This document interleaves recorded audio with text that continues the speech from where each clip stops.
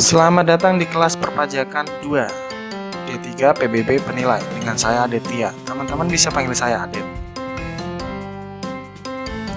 Nah, perpajakan 2 ini terdiri dari 14 pertemuan, 7 pertemuan sebelum UTS dan 7 pertemuan setelah UTS. 7 pertemuan sebelum UTS kita akan membahas terkait pajak pertambahan nilai atau PPN. Dan 7 pertemuan setelah UTS kita membahas tentang ketentuan umum perpajakan.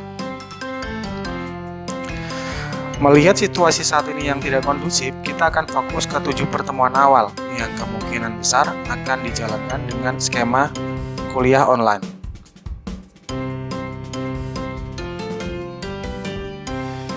Sumber bacaan yang teman-teman gunakan bebas, tidak mengikat pada satu jenis textbooks. Tapi teman-teman harus perhatikan bahwa bahan bacaan yang teman-teman ambil harus yang terbaru. Karena apa? Di dalam sumber bacaan tersebut ada aturan-aturan terkait perpajakan, dan aturan terkait PPN itu sangat dinamis. Jadi jangan sampai teman-teman mengambil sumber bacaan yang tidak update. Pastikan bahwa aturannya masih berlaku.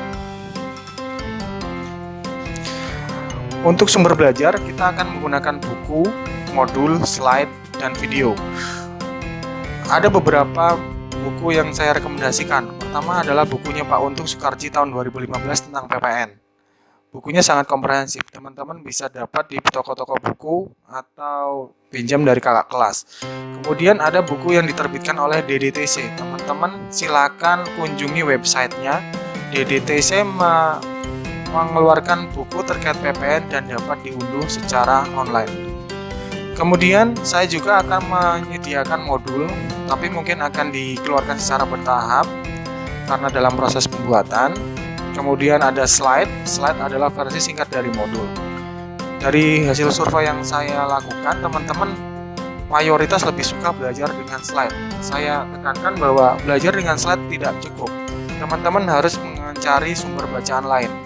Modul mungkin lebih komprehensif, tapi teman-teman sangat disarankan untuk membaca buku tambahan seperti bukunya Pak Untung Soekarji atau buku yang diterbitkan oleh DDTC. Bonusnya di kelas online, saya akan memberikan beberapa video pembelajaran. Video pembelajaran ini dibuat oleh kakak kelas kalian angkatan 27 dan beberapa video saya buat sendiri, plus latihan soal. Latihan soal ini akan bisa berupa soal yang kemudian akan kita bahas, kemudian ada kuis online. Dan tidak ketinggalan lagi akan ada sesi diskusi. Sesi diskusi ini akan dilakukan by text melalui Google Class atau WhatsApp, atau mungkin jika memungkinkan dengan video conference menggunakan media Zoom atau media-media lainnya yang akan kita sepakati. Fleksibel saja, yang penting ada komunikasi dua arah, maupun dalam suatu grup atau personal. Yang penting ada diskusi. Nah, ini bagian yang tidak menyenangkan dalam suatu perkuliahan adalah tugas. Dalam komponen nilai kalian ada unsur tugas. Saya akan memberikan 3 jenis tugas. Tugas pertama adalah tugas perorangan, yaitu latihan soal. Di tiap pertemuan, teman-teman harus mengerjakan latihan soal. Sebenarnya kepentingannya untuk teman-teman sendiri agar terbiasa dengan soal-soal yang akan dikeluarkan di ujian. Kemudian selanjutnya adalah kuis. Kuis ini nanti saya akan setting dilakukan secara online, entah itu melalui online Google Form atau mungkin bisa dengan ujian lisan dengan video conference. Karena di kelas offline saya melakukan ujian lisan. Kemudian ada lagi tugas tambahan untuk mendapatkan nilai tambahan. Dikumpulkan 1 minggu sebelum UTS. Bentuknya bebas, bisa individu, bisa kelompok, tapi ada nilai maksimal. Jika dikerjakan individu, teman-teman dapat porsi nilai maksimal 95. Dan jika teman-teman mengerjakan skala kelompok, maka teman-teman hanya mendapatkan nilai maksimal 90, dan untuk tugas kelompok maksimal 3 orang per kelompok. Kemudian jenis tugasnya ada 2. Jenis tugasnya adalah mengerjakan paper, karya tulis ilmiah, atau dengan video. Sama, untuk video diberi nilai maksimal 90 dan paper diberi nilai maksimal 95.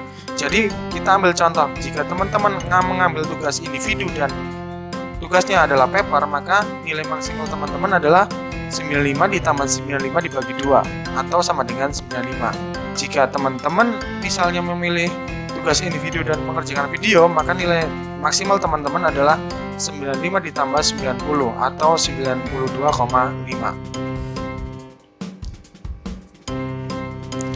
Tempat belajar untuk kelas online kita adalah bebas, tetapi memenuhi protokol keselamatan. Pertama, tidak berkerumun. Teman-teman tidak bisa berkerumun di rumahnya siapa gitu, atau berkumpul di kafe untuk belajar online karena kita sedang dalam keadaan siaga. Kemudian teman-teman jangan belajar di atas pohon, bahaya nanti jatuh, atau sambil berkendara mungkin bahaya, bisa nabrak. Nah, waktu belajar ini agak kaku. Karena apa? Kita akan belajar sesuai jadwal yang ditentukan oleh kampus. Teman-teman harus standby secara online 5 menit sebelum waktunya. Kemudian kita melakukan absen. Teman-teman mengikuti materi akan saya berikan, baik itu secara online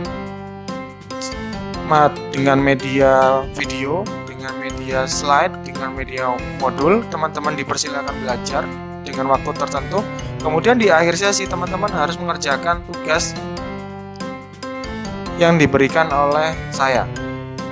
Dalam waktu 2,5 jam kelas online selesai, kemudian akan saya tutup.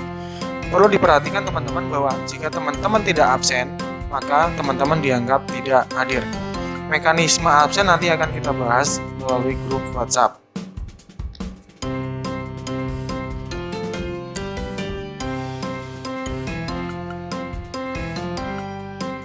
Mungkin cukup itu dari saya. Selamat belajar. Semoga media pembelajaran kita tidak menghambat kita untuk belajar. Selamat pagi, siang, sore, malam.